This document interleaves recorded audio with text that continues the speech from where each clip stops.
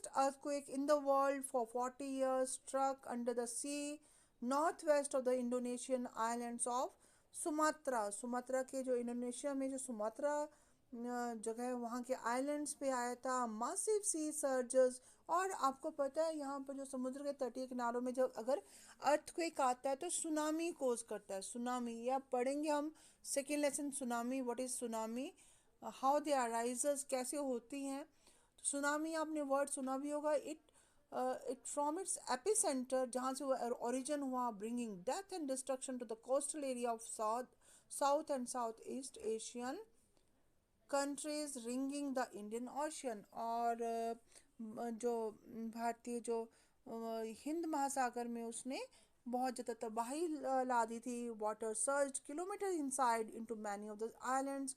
इन islands पर kilometre अंदर तक पानी चला गया था और वहाँ के जो लोगों को नुकसान पहुँचाना पड़ा। Radio listeners who woke to hear the news in the morning were told 500 fear dead. 500 लोग मतलब न्यूज़ आई थी कि 500 लोग मर गए। और बट बाय इवनिंग, और जब शाम के समय तक सुना था तो उन्होंने 10,000 लोग जो थे दे आर मिसिंग और they are not there. Many thousands more were missing और इंजर्ड। और ये मतलब ये बिल्कुल ऐसा नहीं कि ये करेक्ट नमूने है कि करेक्ट फिगर है। मे बी और भी ज़्यादा तबाही हुई थी। Killer waves that country disturbing the normal life and waste and measures to prevent. तो हम यहाँ पर देखते हैं कि tsunamis earthquake they cause a huge damage to life and property. तो यहाँ पर एक वेट अ मिनट, तो we will just this analysed why did this tragic incident occur. ये मतलब कुंभकोणम की जैसे हम पढ़ रहे हैं जो पढ़ा था हमने अभी फायर ट्रेजिडी के बारे में। तो क्यों ऐसे ट्रेजिक इंसिडेंट जो बहुत ज़्यादा खतरनाक जो कि डिज़ास्टर्स होता है ये हो जाता है। तो आप एक आप जो लोग हैं अथॉरिटीज़ है, गवर्नमेंट की अथॉरिटीज़ हैं, वो पीपल को लोगों को प्रिपेयर करती हैं to save themselves from such type of tragedy. The local authorities who reaches the site as soon as they received the information said that the school had no proper evacuation route. अब देखिए एक picture hall भी था जहाँ पर बहुत सारे लोग वहाँ पर ट्रैप्ड हो गए थे और वो लोग जल के मर गए थे। तो वहाँ पर क्या रीज़न था, क्योंकि जो रास्ता निकलने वाला रास्ता था इवैक्यूएशन रूट बोलते हैं, जो जैसे वो बिल्डिंग है और अगर वो जैसे उसकी जो खिड़कियां हैं वो भी सरियों से सरिये लगे हुए हैं, बंद है, बिल्कुल क्लोज्ड है और उसमें निकलने का रास्ता सिर्फ एक ही गेट है। और अगर आप वहाँ से सब निकलने की कोशिश करेंगे और 500 लोग हैं 400 लोग हैं निकलने की कोशिश तो भगदड़ मचेगी और लोग मर भी सकते हैं। तो इवैक्यूएशन रूट्स जो होते हैं मतलब बाहर निकलने के रास्ते ज़्यादा रखने पड़ते हैं किसी भी बिल्डिंग में सेफ्टी मेजर्स के लिए। तो वहाँ पर एक ही इवैक्यूएशन रूट था और बाहर निकलने का कोई प्रॉपर रास्ता नहीं था। There was lack of fire safety measures.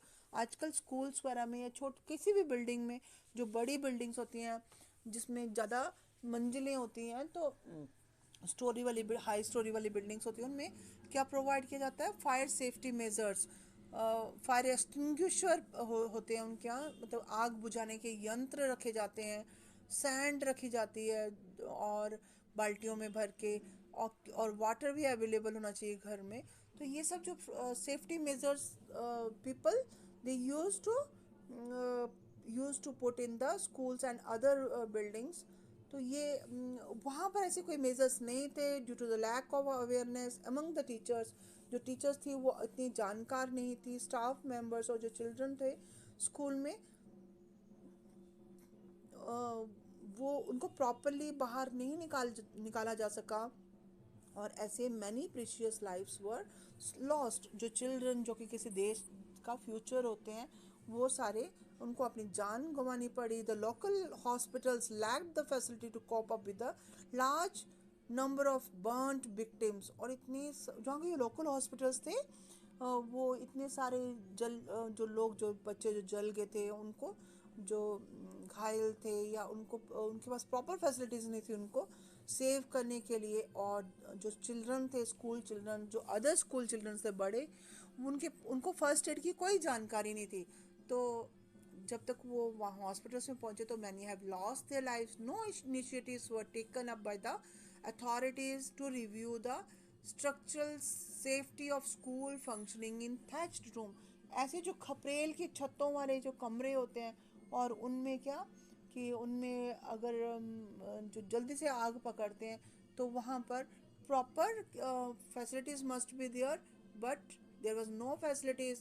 तो कौन रिस्पॉन्सिबल है इसके लिए? स्कूल एडमिनिस्ट्रेशन, टीचर्स, चिल्ड्रन, या फिर गवर्नमेंट?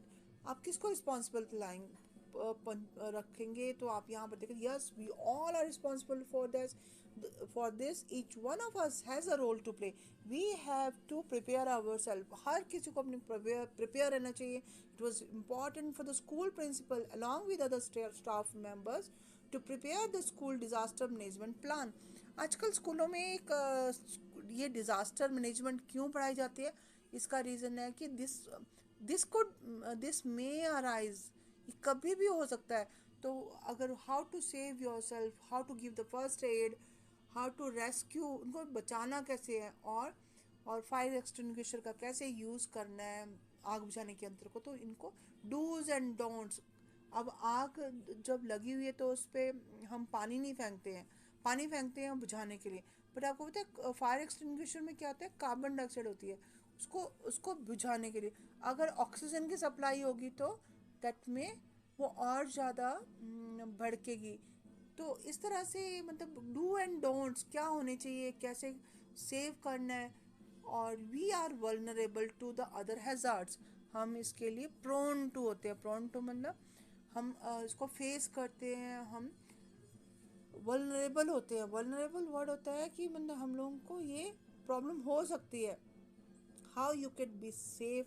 अब चैप्टर 3 में हम पढ़ेंगे कौन कौन से स्किल्स होते हैं। कुशलता आनी चाहिए आपको, फर्स्ट एड कैसे देनी चाहिए, और how to save ourself. तो ये सारा पढ़ेंगे हम चैप्टर 3। जब अगर कोई पॉइजन कंज्यूम कर लेता है, या ब्लीडिंग हो रही है, नोज ब्लीडिंग, या जल जाते हैं, बर्न्स हो देती हैं, या स्नेक बाइट है, तो how you can save yourself, how you can give the first add. ये सर्वाइवल स्किल्स के बारे में हम पढ़ेंगे इस